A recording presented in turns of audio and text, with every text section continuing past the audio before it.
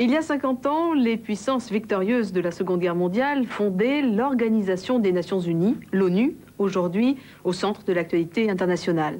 Chaque jour, ou presque, il est question de la présence de ces soldats de la paix, les casques bleus, en Bosnie, en Somalie, en Haïti ou au Cambodge, bref, aux 4 coins du monde, ou de négociations menées par ces émissaires pour faire aboutir la paix.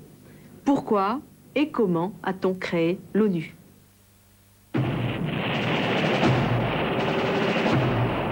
13 millions de morts, c'est le bilan de la Première Guerre mondiale. Devant ce carnage, un vaste mouvement d'opinion se dessine en faveur de la paix. Les pays vainqueurs créent en 1919 la Société des Nations, la SDN, l'ancêtre de l'ONU. Ce projet prévoit, en cas de conflit, l'intervention de tous les pays membres contre l'éventuel agresseur. Seul petit problème, la SDN n'a pas d'armée et rien ne précise comment et surtout qui sera chargé d'intervenir pour défendre la paix. Premier coup dur pour la jeune organisation, les sénateurs américains refusent l'adhésion de leur pays, ce qui réduit les chances de réussite de la SDN. En 1931, le Japon envahit en Chine la Mandchourie. La SDN ne peut que condamner verbalement l'agression japonaise. Je tiens à protester avec la dernière énergie contre de pareils massacres. 4 ans plus tard, en 1935, l'Italie envahit l'Éthiopie. La Société des Nations ne réagit pas davantage. En fait, sans le soutien de la nouvelle puissance que sont devenus les États-Unis, la SDN n'a pas suffisamment d'autorité pour empêcher de nouvelles agressions. Le rêve de sécurité collective s'évanouit alors devant les démonstrations de force fascistes. Hitler tire les conséquences de cette impuissance. En 1936, il claque la porte de la SDN. Le 1er septembre 1939, ce sont les armes qui parlent.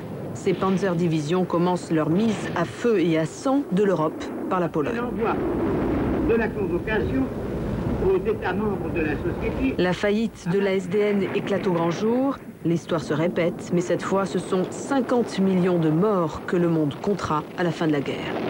Lorsque s'achève la Seconde Guerre mondiale, les Alliés sont bien décidés à installer une paix durable et à asseoir leur domination sur le monde. Cette fois, la nouvelle institution voit le jour sous la protection des États-Unis, qui sortent renforcés du conflit.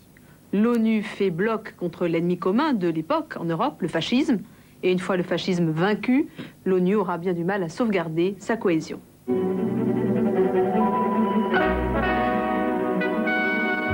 La conférence fondatrice de l'ONU se tient à San Francisco au printemps 1945 et regroupe 51 pays membres, essentiellement issus du monde occidental. Les objectifs au départ de l'ONU sont simples, empêcher une revanche des vaincus et préserver la paix dans le monde. Contrairement à la SDN, l'ONU se donne les moyens de faire respecter ses engagements. Elle peut prendre des sanctions économiques et, si nécessaire, lever une armée pour intervenir contre l'agresseur. Animée des meilleures intentions, la charte fondatrice des Nations Unies proclame l'égalité entre les nations. Mais en vérité, certains pays pèsent plus lourd. Les 5 grandes puissances, c'est-à-dire les États-Unis, l'URSS, la Chine, la Grande-Bretagne et la France, bénéficient d'un droit de veto sur toutes les décisions importantes de l'ONU. Mais durant la guerre froide, lorsque leurs intérêts sont en jeu, les États-Unis et l'Union soviétique s'opposent donc à toute intervention de l'ONU. Leur représentant soviétique à l'ONU est surnommé pendant cette période Monsieur Niet. Il n'hésite pas à taper du poing sur la table pour faire entendre ses noms successifs. Pourtant, les casques bleus vont être présents dans de nombreux conflits, mais essentiellement pour des missions humanitaires ou d'observation. La première intervention de l'ONU se déroule en Palestine en 1948. C'est une mission d'observation destinée à surveiller le respect du cessez-le-feu entre le nouvel État d'Israël et les pays arabes. 2 ans plus tard, en 1950, les casques bleus interviennent massivement en Corée. Il s'agit en fait d'une action de l'armée américaine qui profite d'une absence momentanée de l'URSS au Conseil de sécurité pour obtenir un vote favorable. L'ONU est aussi un lieu de discussion où l'on s'efforce de désamorcer les crises par la négociation ou la pression. En 1956, l'ONU impose le retrait des troupes franco-anglaises envoyées à Suez en réaction à la nationalisation du canal par le président égyptien Nasser. Bien que l'ONU soit souvent critiquée pour son manque d'efficacité, tous les pays s'efforcent d'y adhérer. La Chine populaire ne sera admise qu'en 1971 à cause de l'opposition des États-Unis qui soutiennent la Chine nationaliste de Taïwan. La venue de Yasser Arafat à l'ONU en 1974 a constitué une étape importante dans la reconnaissance des droits du peuple palestinien.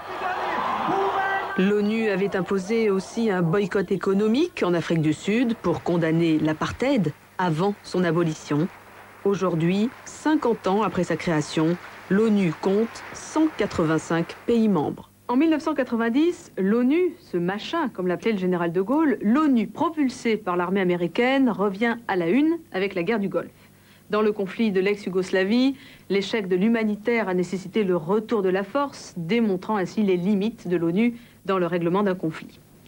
Au revoir, la semaine prochaine, nous retrouverons le général de Gaulle, mais cette fois au moment de l'appel du 18 juin 1940.